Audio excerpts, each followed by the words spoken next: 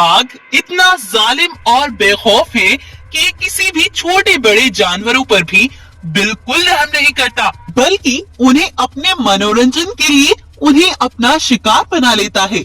इस बाघ ने अपने पूरे जंगल में आतंक फैला रखा है। इसी तरह एक दिन ऐसा आया कि उसके जंगल में एक भी जानवर नहीं रहा। उसने सबको शिकार बना लिया था। अब बाघ भूख से परेशान अपनी गुफा में बैठा था। तभी वहीं भागता हुआ बाघ का जासूस चीता वहां पहुंचता है। अरे चीता, तुम इतनी देर से कहाँ गायब थे? महाराज, मैं अभी रंगीन जंगल से आया हूँ। रंगीन जंगल? रंगीन जंगल का क्या मतलब? मतलब जिस जंगल से मैं होकर आया हूँ उस जंगल में सारे शेर रंगीन है। उस जंगल में बस शेर ही रहते हैं। वो कोई ज्यादा ताकतवर शेर नहीं, बस उनका जो राजा है वो बहुत ज्यादा ताकतवर है। मतलब अब उन रंगीन शेरों का शिकार है ना चीता? हाँ हाँ महाराज, अब हमें चुपके से उन्हीं का शिकार करना चाहिए। हाँ तो ठीक है, चलो चलते हैं। तब वो दोनों उन रंगीन शेरों के जंगल में पहुंच जाते हैं। तभी उन्हें सभी शेर अपने राजा सफेद शेर के पास खड़े दिखाई देते हैं। तब वो दोनों उनकी बातें छिपकर सुनने लगते हैं। सुनो भाइयों, मैंने तुम्हें यहाँ इसलिए बुलाया है कि हमारे आसपास के जंगल में एक शैतानी जादूगर घुस आया है। वो हम जैसे रंगीन शेरों को इकट्ठा करके अपनी एक शैतानी फौज तैयार करना चाहता है। अगर तुम उसे एक साथ शिकार पर जाते दिखे तो वो तुम्हें अपनी जादुई शक्तियों से अपने वश में कर लेगा। इसीलिए कल से मेरे साथ एक एक शेर शिकार करने जाएगा। जी ठीक है महाराज, जैसा आप सही समझे। कल से मैं खरगोश को जिस भी शेर के पास भेजूंगा वही शेर मेरे साथ शिकार पर जाएगा। उनकी यह बातें सुनकर बाघ और चीता वहां से चले जाते हैं और कुछ दूर जाकर बाघ बोलता है। सुनो चीता, अब हम दोनों चालाकी से शिकार करेंगे। जब शेर राजा खरगोश को जिस भी शेर को लेने भेजेगा तो हम उससे पहले ही उसी रंग के शेर को मार डालेंगे और उसका शिकार कर लेंगे। और फिर उसी शेर की खाल को पहनकर मैं राजा शेर के साथ शिकार पर भी जाऊंगा। इस तरह से हम एक दिन में 2 शिकार करेंगे। बस तुम्हें करना यह है कि शेर जब भी खरगोश को जिस रंग के शेर का भी नाम बताए तभी तुम आकर उसकी खबर मुझे दोगे। ठीक है महाराज, मैं बिल्कुल ऐसा ही करूंगा। तब अगले दिन शेर खरगोश से कहता है। खरगोश, जाओ तुम हरे रंग के शेर को बुला कर लाओ। आज मैं उसे शिकार पर ले जाऊंगा। ठीक है महाराज, मैं अभी बुला कर लाता हूँ।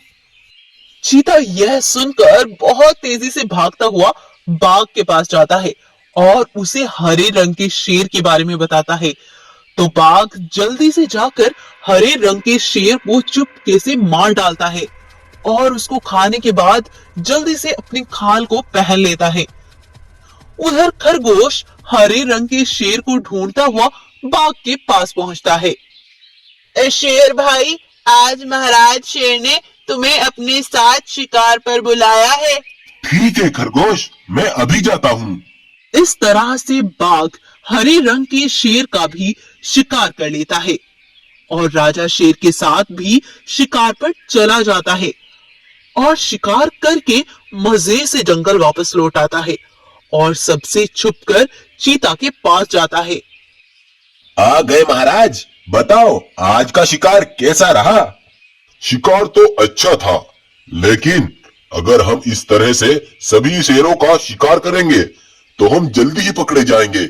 इसीलिए मैं कल से इसी खाल में अपना रंग बदलकर शेर के साथ शिकार पर जाऊंगा। हाँ, ये भी ठीक है महाराज। अगले दिन फिर शेर खरगोश को पीले रंग के शेर को लाने को भेज देता है। तो चीता जाकर फिर से बाघ को बता देता है और बाघ अपने ऊपर पीला रंग करके शेर की गुफा के कुछ दूरी पर जाकर खड़ा हो जाता है और खरगोश उसी को अपने साथ शेर राजा तक ले जाता है और आज फिर बाघ ही शेर राजा के साथ शिकार पर चला जाता है। अब कुछ दिन ऐसा ही चलता रहा। बाघ अपना रंग बदलता और शेर राजा के साथ शिकार पर जाता। सभी रंगीन शेर अब शिकार पर ना जाने की वजह से कमजोर पड़ गए थे। अब इसी बारे में वो बातचीत कर रहे थे। अरे भाइयों, शेर महाराज ने बोला था कि अब से मैं एक एक शेर को अपने साथ शिकार पर ले जाऊंगा, लेकिन मुझे तो वो अब तक शिकार पर नहीं ले गए। हाँ भाई, शेर महाराज मुझे भी नहीं ले गए। हाँ भाइयों, शेर महाराज मुझे भी अभी तक शिकार पर नहीं ले गए। वहीं से गुजरने वाला खरगोश उनकी यह बातें सुन रहा था।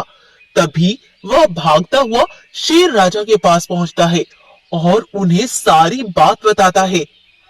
ये तुम क्या बोल रहे हो खरगोश? जाओ, सभी को मेरे पास बुलाकर लाओ। तब खरगोश सभी रंगीन शेरों को बुलाकर लाता है। यह तुम क्या बातें कर रहे थे? लाल शेर, क्या मैं तुम्हें शिकार पर नहीं ले गया? नहीं महाराज, मैं अभी तक तुम्हारे साथ शिकार पर नहीं गया। वो ये बातें कर रहे थे कि तभी वहीं पर भागता हुआ एक भालू वहां पहुंचता है और कहता है, माफ कीजिएगा महाराज, मैं बिना पूछे तुम्हारे जंगल में घुस आया, लेकिन मैं तुम्हें कुछ बताने आया हूँ। क्या बात है भालू, बताओ मुझे। महाराज, मैं बाघ के जंगल में रहा करता था। बाघ ने जब मुझ पर हमला किया तो मैं नीचे गिर गया, लेकिन तभी बाघ को दूर खड़ी एक मोटी ताजी गाय दिखाई दी, तो वो मुझे छोड़कर उसके पीछे भाग पड़ा और मैं वहां से अपनी जान बचाकर वो जंगल छोड़कर भाग गया। कल जब मैं जंगल वापस लौटा तो जंगल में कोई नहीं था और ना ही वो बाघ अपनी गुफा में। तब मैं जंगल से बाहर जा रहा था, तभी मुझे एक भैंस दिखाई दी। अरे अरे भैंस, क्या तुमने उस बाघ और चीता को कहीं देखा है? हाँ हाँ भाई, कुछ दिन पहले वो दोनों उस रंगीन शेरों वाले जंगल की ओर जा रहे थे। अच्छा ठीक है भैंस, बस यही पता करना था। और मैं भागता हुआ तुम्हारे पास पहुंचा कि कहीं वो दुष्ट बाघ तुम्हारे जानवरों को कुछ नुकसान ना पहुंचा दे। बस मैं यहाँ इसीलिए आया था। अच्छा, तो इसका मतलब वो बाघ ही रोज मेरे साथ रूप बदल कर शिकार पर जाता है। जरूर वो उस समय हमारी बात सुन लेता होगा। आज मैं उस बाघ के लिए एक जाल बिछाऊंगा। तुम सब अपने घर वापस जाओ। फिर जब भोजन का समय होता है तो आज फिर चीता उसे ब्राउन कलर के शेर के बारे में बता देता है और बाघ आज फिर ब्राउन कलर में बदलकर शेर राजा के साथ शिकार पर जाता है। तो आज राजा शेर उससे बोलते हैं, आज तो भाई बहुत ज्यादा गर्मी है, पहले आज नहा लेते हैं, उसके बाद शिकार पर चलेंगे।